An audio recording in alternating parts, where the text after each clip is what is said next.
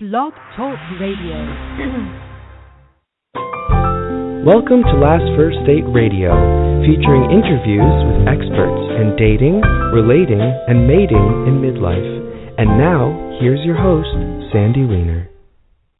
Well, hello, everybody, and welcome to the show. This is Sandy Weiner, and I am the founder of LastFirstDate.com. I am the dating, love, and relationship coach for women over 40 who want to finally attract and sustain a loving, healthy relationship. We have a great show for you today. I'm going to be speaking with Congdon. I think that's how you pronounce his name. I'll find out in a minute. And we're going to be talking about practical ways that you can improve your communication skills and have better relationships. As a dating coach, it is my mission to help women over 40 recognize the qualities of a good man and learn the skills that it takes to make love last. And one of those skills is communication, learning how to communicate in a healthy manner, learning how to communicate your needs right away instead of waiting until things get worse. These are one of the hardest things to do in a relationship, and it's also one of the most important. So I'm very excited to be speaking about that today. And in my experience, the women who come to me are they're successful at everything pretty much in their lives except for love, and they are often making mistakes that can be avoided if they know what those mistakes are. And it's really very difficult when you're dating or in a relationship to know what those mistakes are, and that's why people hire dating coaches or relationship coaches.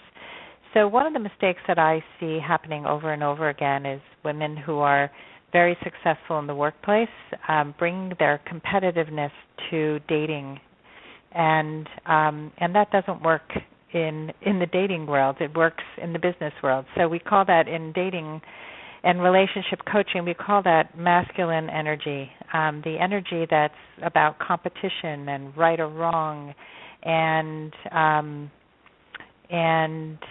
just, that argumentative, instead of bringing that feminine part of you, which is what the men that they're attracted to are really interested in terms of relationship. So a man may respect you for your competitiveness and your success, but that doesn't make him want to date you. So I would love for anyone listening today to be able to find that loving relationship, and that's why I have created a free guide for you that explains the top 3 dating mistakes that midlife daters make and how to turn them around so you can find lasting love.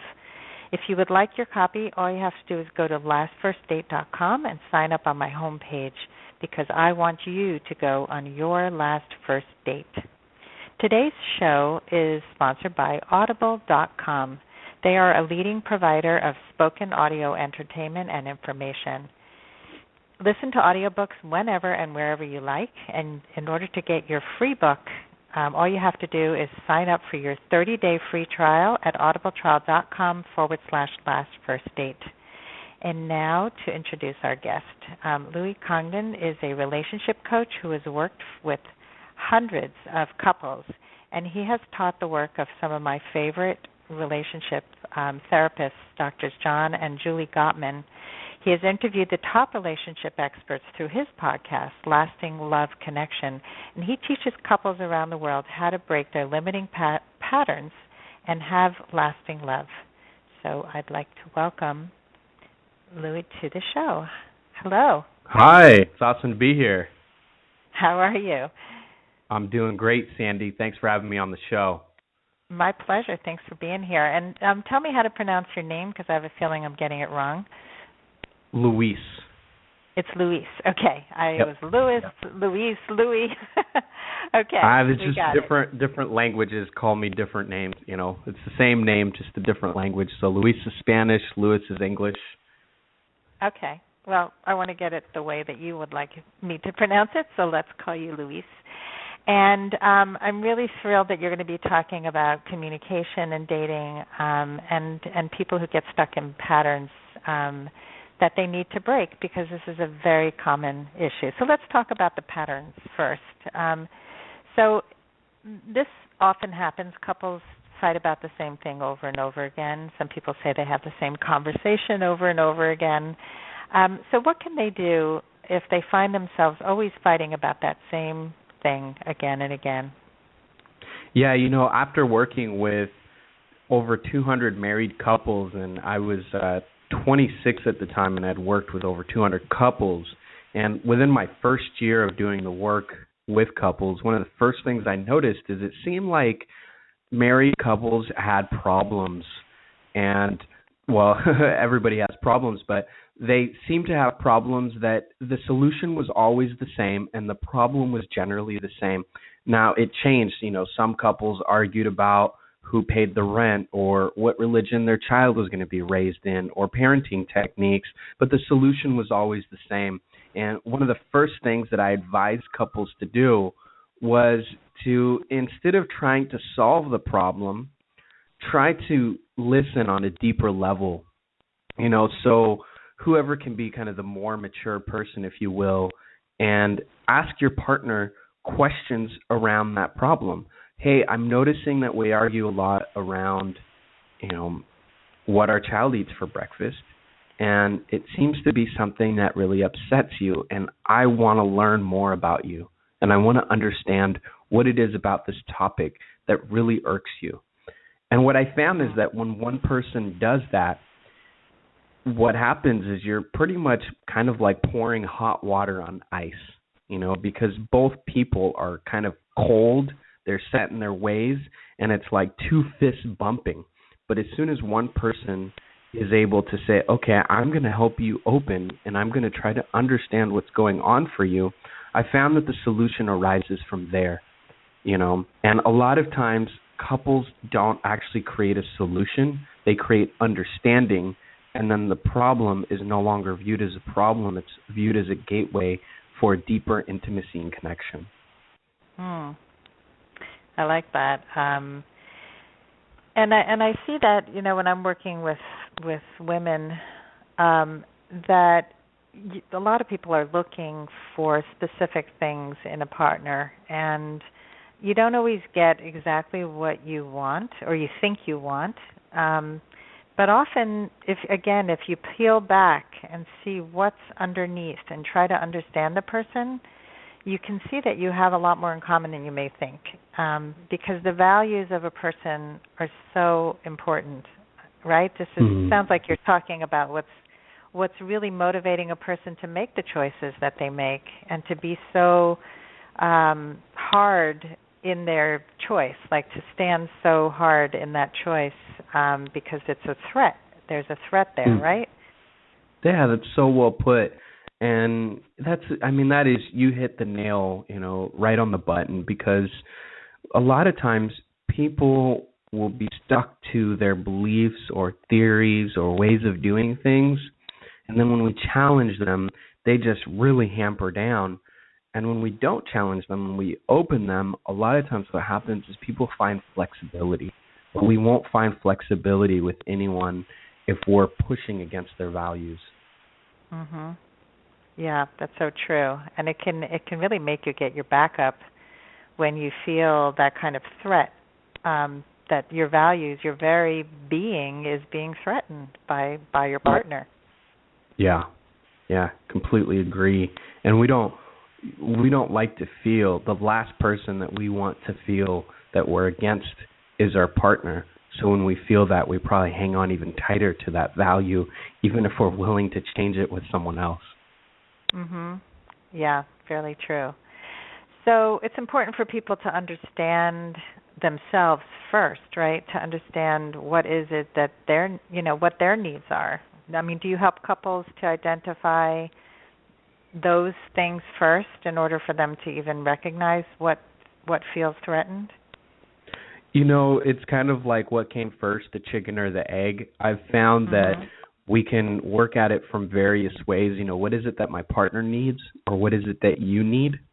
But ultimately what I've discovered is as soon as one person is willing to say, okay, honey, I want to understand what you need, then that opens up the gateway for the partner to understand what they're needing. and for them to have space to talk about it. But if one party is not doing that, then the discovery process generally doesn't work too well. So I have to be really open to understanding my partner and what's going on for her around this issue in order for it to really move. One person has to kind of, we talk about in like Eastern or kind of like Chinese medicine, so to speak, we talk about like rock and water. And one person has to become like the rock and one person has to be the water. One person has to say, okay, I'm going to be soft, I'm going to be open, and I'm going to just allow you to speak. And if you're stuck and you're the rock, that's going to be okay with me. I want to learn what this rock is and what it has for me. And looking at marriage research, especially if we study like the work of Dr. Harville Hendricks, we'll find that this is a really common phenomenon, that couples do get stuck in patterns, and these patterns are there to help us mature and grow and become the people that we've always wanted to be, but we've battled against. And so I'll give you an example in my own relationship. Is that okay? Would that help? Yeah, please. I love that. Okay.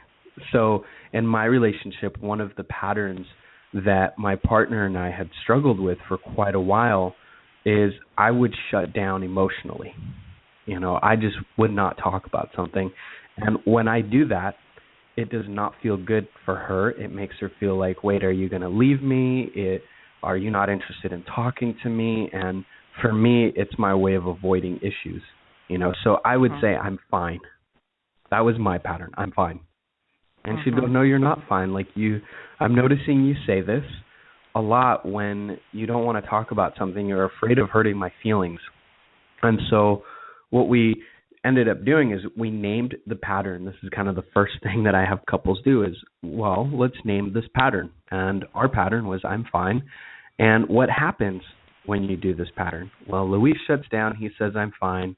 And then Kamala, my partner, starts trying to get me to talk. And then I get frustrated. I get upset. I close up even more. Okay, well, what would be some different options? Step 3 here is now identify some different options for dealing with this pattern. And what we said is, okay, when I'm saying I'm fine, Kamala can say, hey, I'm noticing you're doing the I'm fine thing.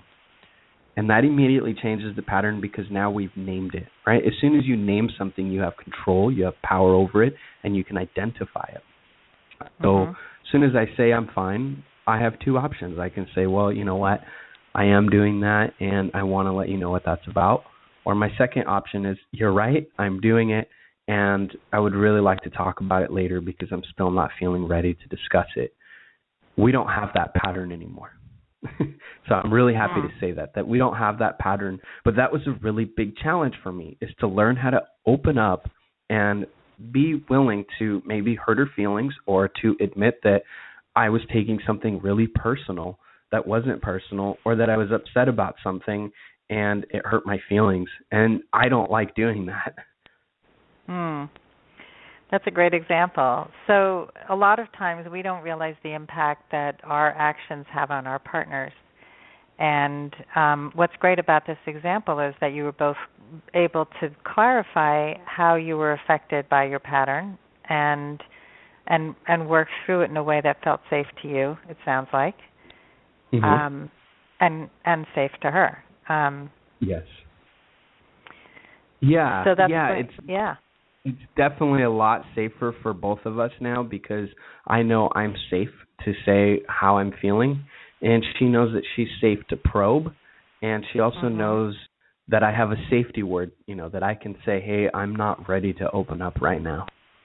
And then she doesn't have to go, okay, he's holding something in, I've got to try to figure it out, he's not going to tell me, because it's really hard when we're not connected to our partners. I mean, a relationship is for us to feel connected to another person and to feel safe with another person. And if we don't have that in our relationship, then relationships break down, and that's where patterns start coming up, and then people repeat those over and over until they decide, okay, we're going to figure out this pattern, we're going to break it, we're going to connect, or we're not going to stay together. Yeah, so there's always options, and I think that what happens when people don't break these patterns also is that they start getting, women in particular, I can speak for my own gender, is that we get naggy. We get pushy and naggy, which is the opposite of how you need to be in order to get closer. So you're actually pushing your partner away instead of drawing them closer, because it doesn't feel good to have somebody pressure you to give the response that they're looking for until you're ready, and to do it in the way that you feel comfortable. Yeah.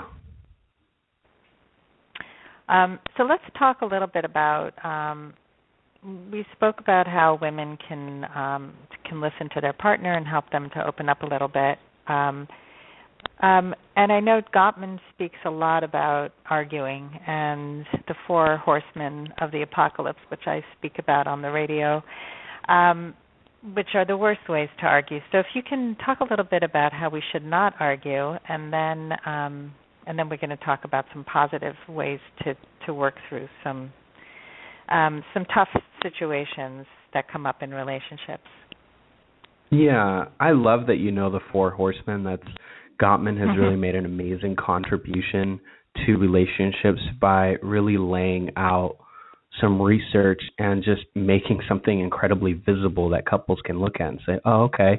And the 4 horsemen are some of the 4 warning signs that a relationship is doomed and is headed towards divorce or towards ending.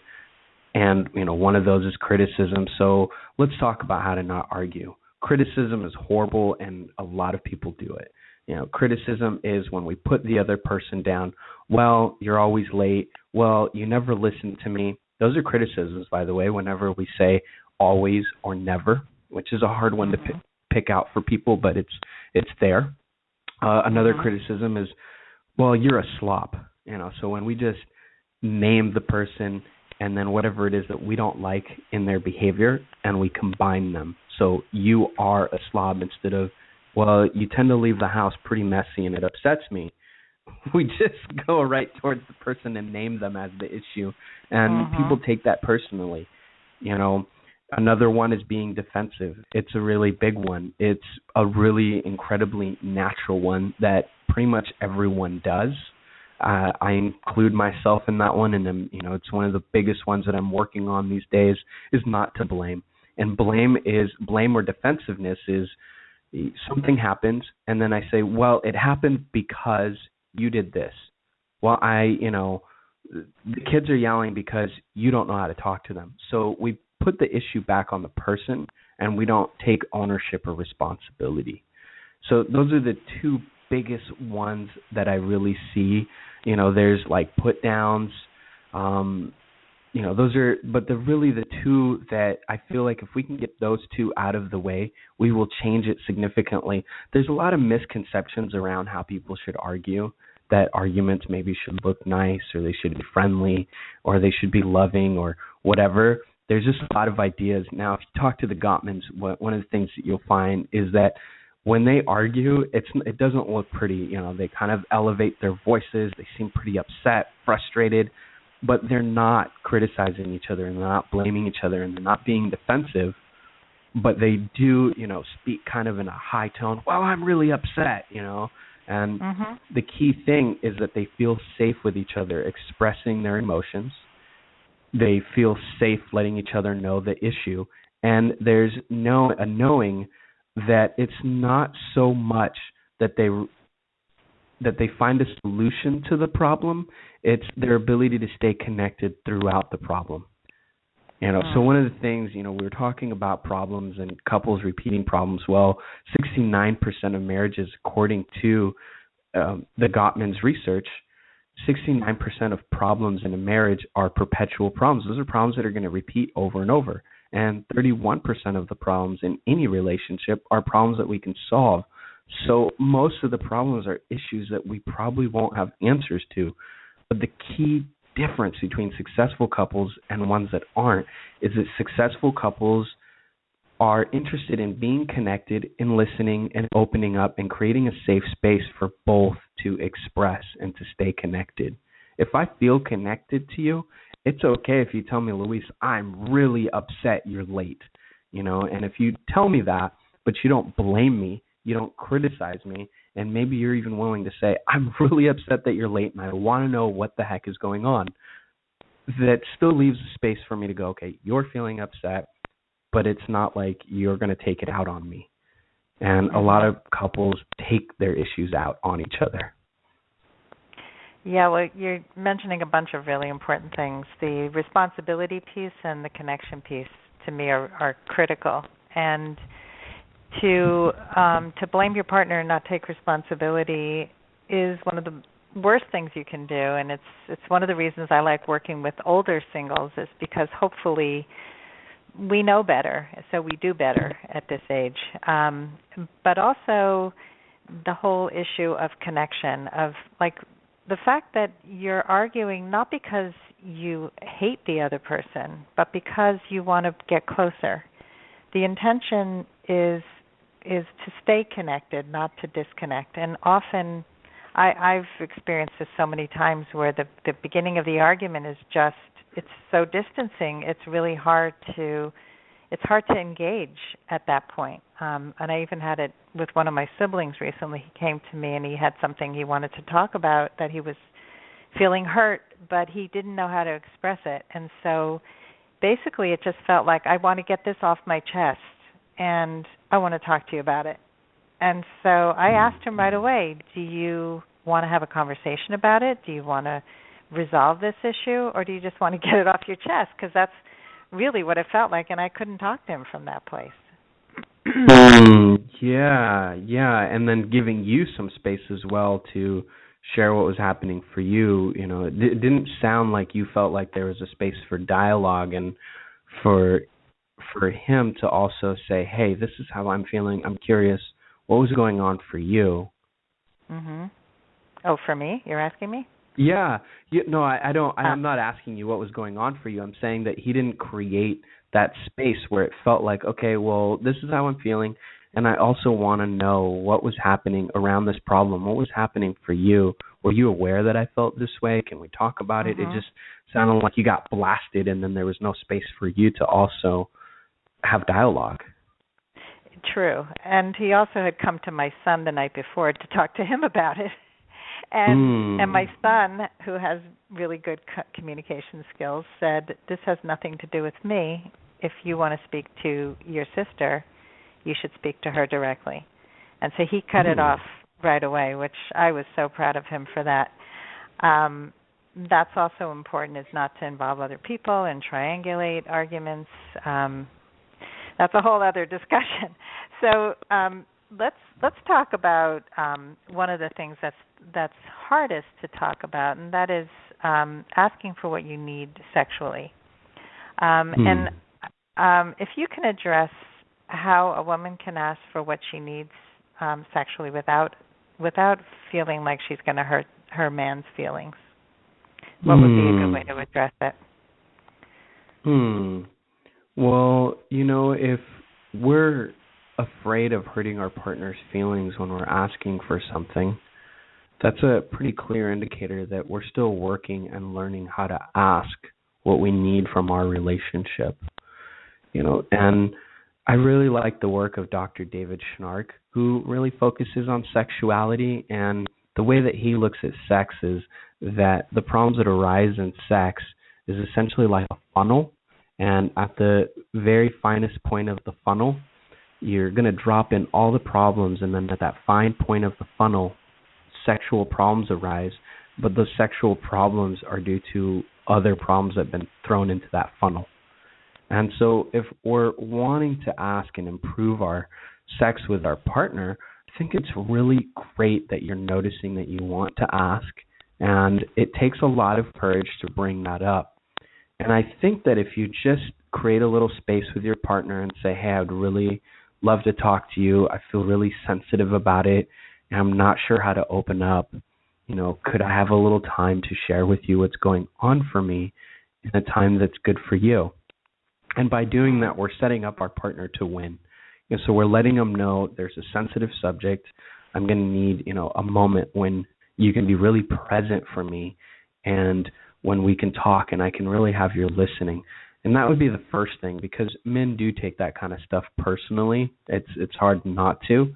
And we don't want to like just come at our partner while they're working on work at work, or, you know, we're having lunch and you just bring it up.